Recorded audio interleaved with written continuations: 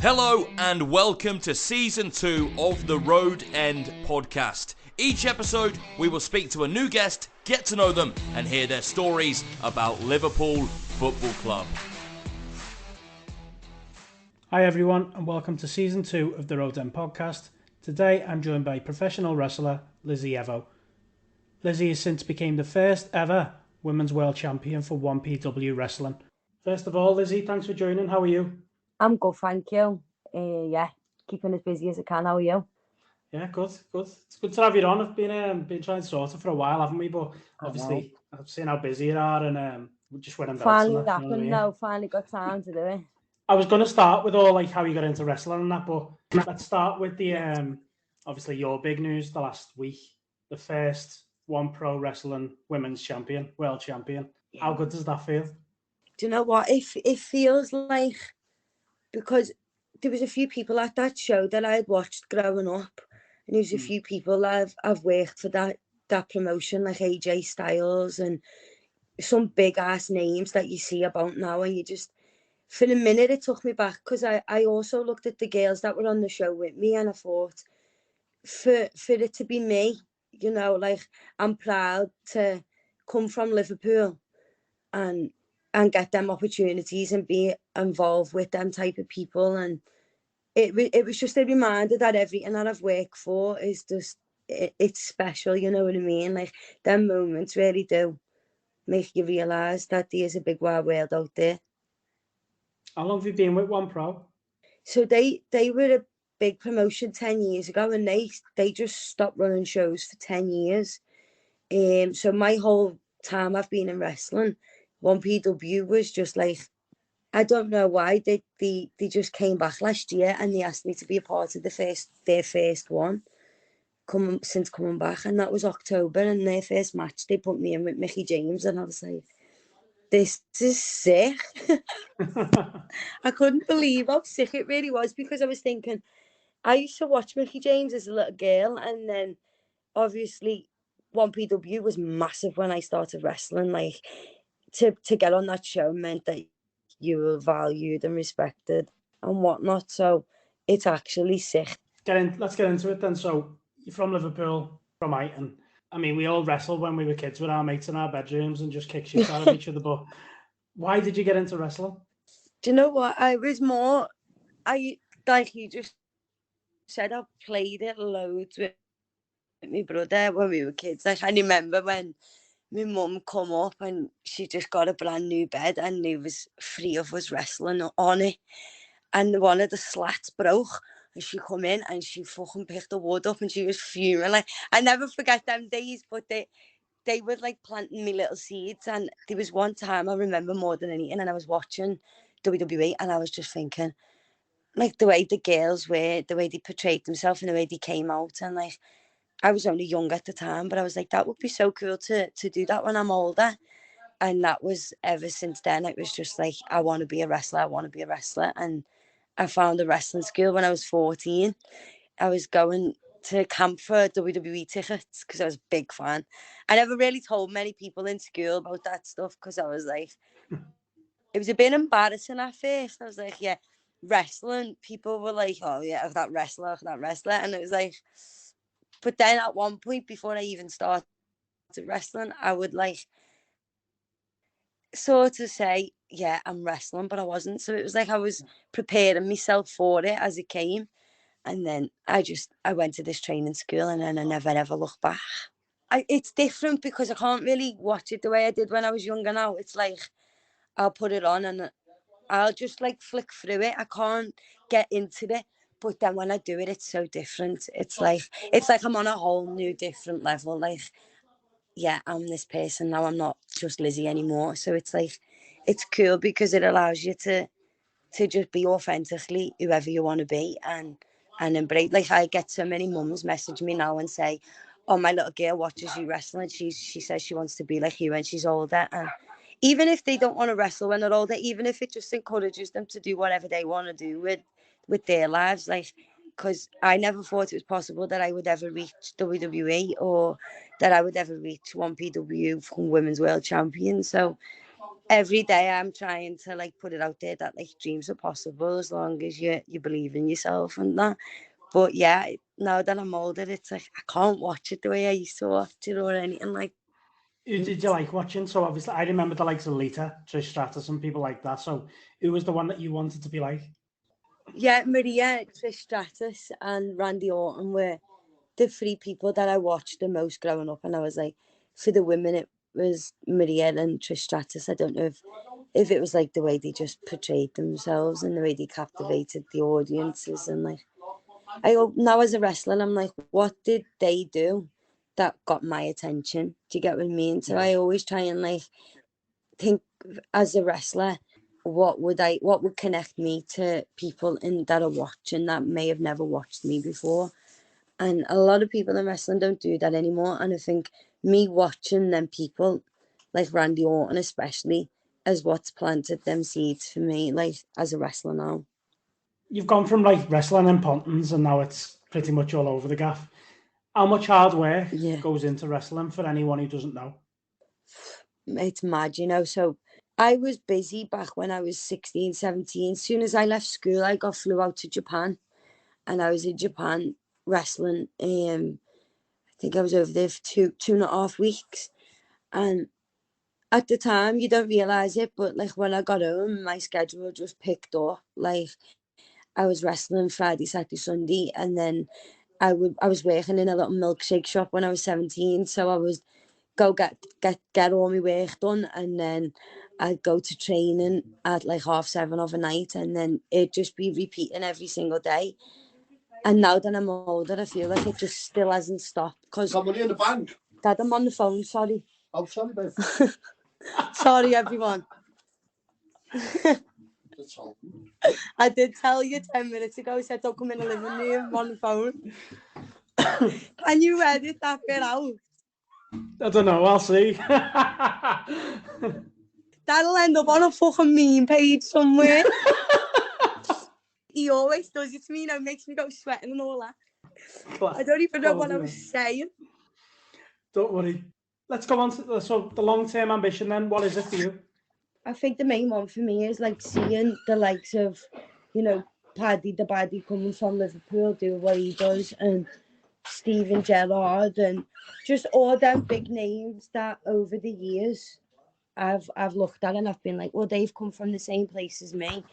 Like Steve Gerrard from the Bluebells, literally around the corner from where I live. So my main goal is I just want to be remembered as, you know, one of the best female wrestlers that came out of Liverpool, especially because I know a few girls are coming up now, and like my main goal is I want to set them foundations of, you know, my wrestling gear is dedicated to the 97, and like Liverpool is like a strong place in my heart, like not just the city but the people of Liverpool. And throughout the years, no matter where I've gone in life, like I went to Dubai, everywhere, and nowhere is like being in Liverpool. And so the main thing for me is just to do whatever I want to do with wrestling, be successful, do what I want to do with my life, but you know, always make sure that people know this is the place that raised me and made me exactly who I am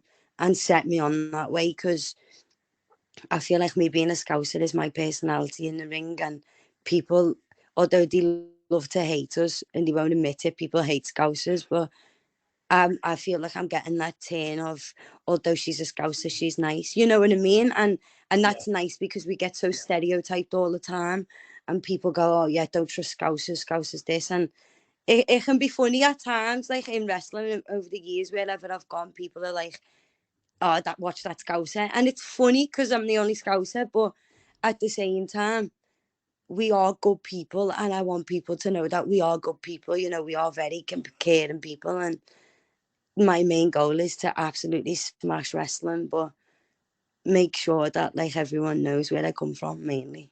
Do you get much shit when you're out on the road for being from Liverpool then? Yeah, all the time. So Manchester's probably the worst one for me. Is like, I think because I don't do myself any favors, and I'm like, when I go to Manchester, my brain starts getting dead creative, and I'm like, what can I do to take the piss out of them? Because when I'm in Manchester, I'm a baddie, so it's like I have to play up to the part. So recently I did like this Titantron where it was just like fuck Manchester, and pictures of Klopp were coming up, and you know, it was class. It was really good, and someone was like spitting at me in that, and I was like, fuck me. Wow. These actually take this dead serious. But I was just laughing doing it, me. I was like, yeah, this is my job. But then you actually think football to some people and being a Scouser is like they hate us, so they'll always like people just boo me, and like they don't even do it because I'm a baddie. Sometimes they do it because they genuinely hate Scousers, and I just see it all over the face. It's like, what the fuck? Why? What did we do? So, other than the middle finger, how do you deal with it? Laugh. I laugh and then get the pin at the end, and it's like, well, you can't really do anything now, can you? Because I've just terrored. So I think sometimes it's just being smart as well. Like they want to take the piss out of me, but at the end of it, I'm always the one who gets the last laugh. So that's how I always look at it, and then it's dead refreshing. Actually, it is dead refreshing. If people are spitting at you and that, what happens? Surely there's some sort of like fucking kick off with Yeah, security, I isn't mean, it never touched me, or it never reached me or anything, and I don't like. But in the past, when that has happened, like promoters often take care of it, and they either get rid of them. But I'm like, I don't really give a shit if people are doing that. Me, like, obviously, if your spit touches me, that's a different ball game. I'm gonna start swinging digs at you, but I don't mind getting the heat. Like I'm there in Manchester for the reason they've booked me to be a baddie because they obviously think I'm gonna get over with the fans. So my main goal there is to get them to hate me as much as I possibly can. So that spitting at me is me going, yeah, that's my job done. You know what I mean? So Yeah. like sometimes it can be, oh, that best not fucking touch me, that, or be careful, but it's never really been as serious where like I've been face to face with someone, but I can see where people hate me. We've all grew up and we've Yeah. all thought like people going through tables and steel chairs across their heads and all that. How the fuck are they still walking around? So to an extent, obviously there's some sort of, let's say, playing up more than being fake. How much do you actually fucking get hurt when you get pile drive and stuff like that? Under the ring, yeah, that we all bump on is just wood and a little bit of a little bit of padding. So we are basically just falling on boards, like wooden boards, with a tiny touch of padding. So most days I wake up and my back is completely fucked. My injuries I've had now, you're gonna laugh. I've had a snapped toe, my jaw's been out of place twice. Both of my rotator cuffs have been completely fucked. My right the kneecap was actually pushed in, and I had to have physio on it. Like these so much injuries that comes with, especially if you're not looking after your body properly, or you're not like training as often as you should be.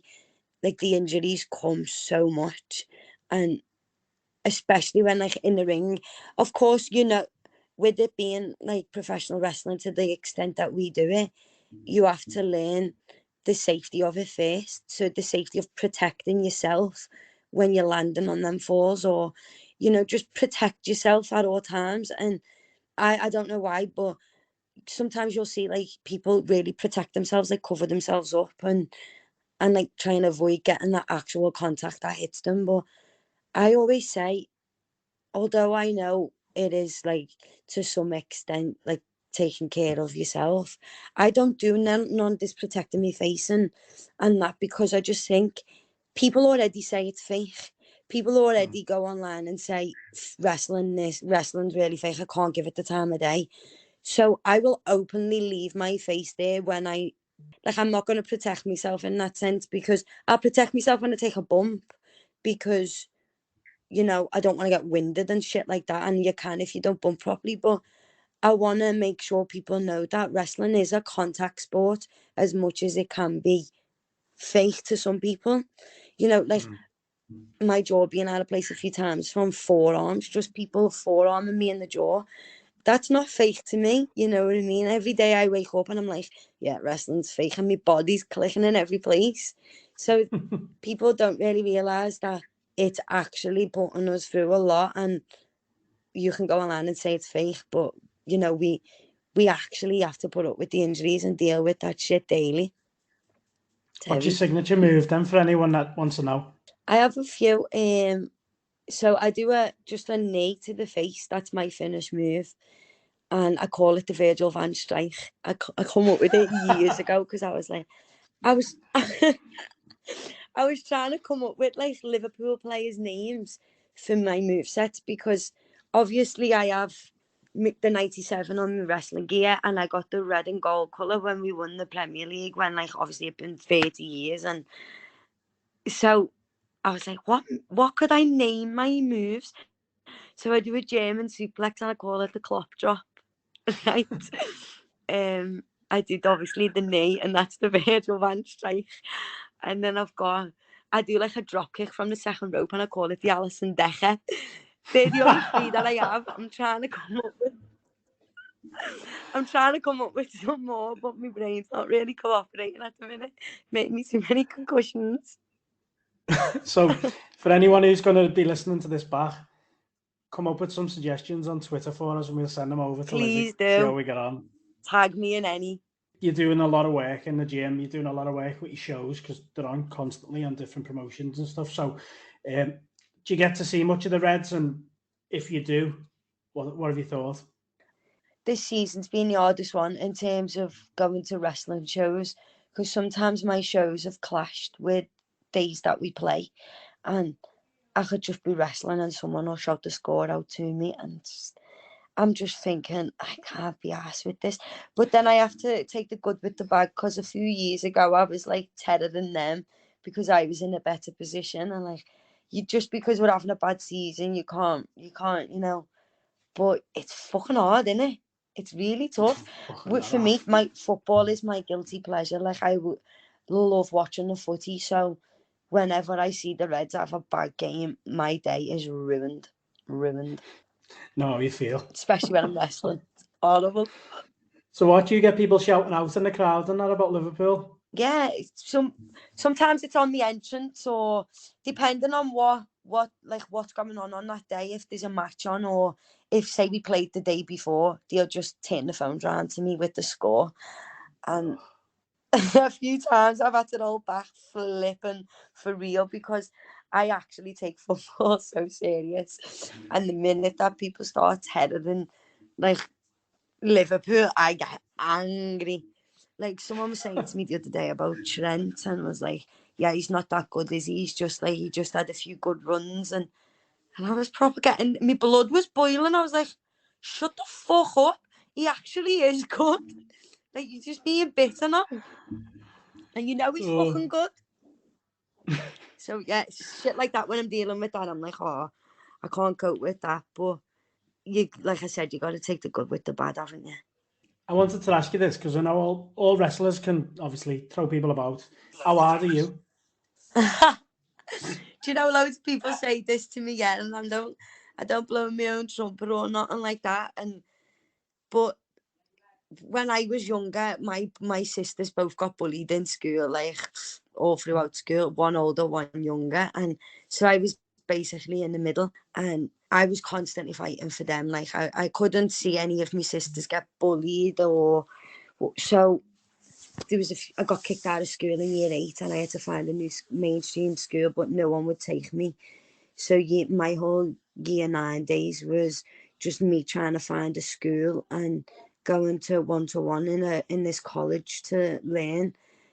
And I think that was when I realised I need to rein this in a little bit, because, you know, anything can happen at a young age. Like, you can get fucking criminal records, and I always wanted to get to WWE at some point. So I had to rein the legit fighting in at such a young age. But don't get me wrong, since being in wrestling, a few people have tried to test me, and they've been put in the place, rightly so as well, because I look at a lot of these are wrestlers, like, and I see that a lot of them having a real fights in real life, and some of them come at me with attitudes and fucking, and I just think you are mistaking my kindness for weakness, because although you want to call this what we do entertainment fake or whatever, I'll show you dead quick. You know what I mean? Like, I don't like things like that, and I've tried my best to always rein it in. But it's good to know that people know the place sometimes. That's just it. Good answer. Yeah. Okay, so We are now going to do a quick fire round with our guests. This could be very controversial. I finish every episode with a quick fire round. I won't keep you any longer. I know you've got training and things, so you've just got to be as quick as you can, as honest as you can. Okay. The Rock or Stone Cold? Stone Cold. Why? Stone Cold. When I look at Stone Cold's wrestling compared to The Rock, Stone Cold's more me. He's more like a proper brawler fighting, and The Rock hit perfect movesets. You know what I mean? Yeah. So I would definitely say Austin for sure. If you wasn't a wrestler, what would you be? An actor, maybe. Really? Yeah. Nah, that was shit. I don't think I would be an actor, you know.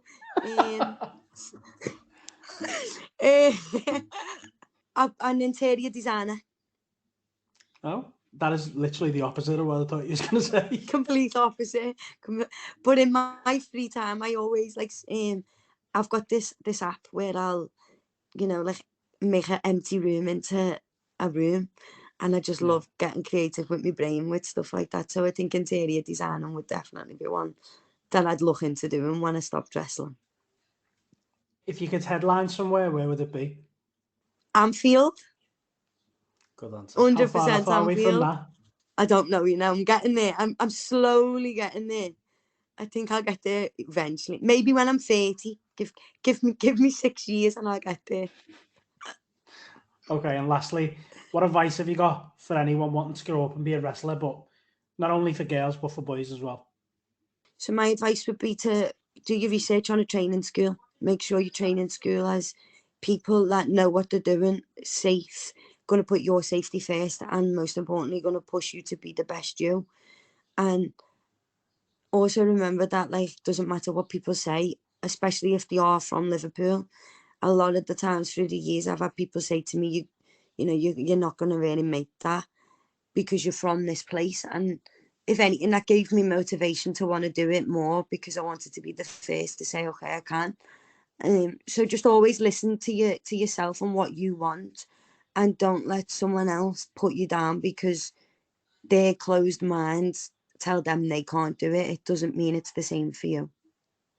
Perfect. Okay, and last but not least, have you got a message for the Tories? Fuck the Tories. Quality.